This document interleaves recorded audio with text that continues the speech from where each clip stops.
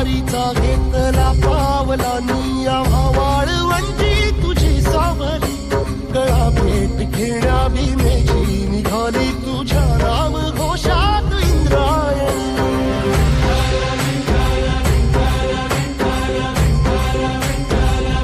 भिडे आसमंती ध्वजा वैष्णवांची उभी पंढरी आज नानावली तुझे नाव ओठी तुझे रूप ध्यानी जीवाला तुझी आस गा लागली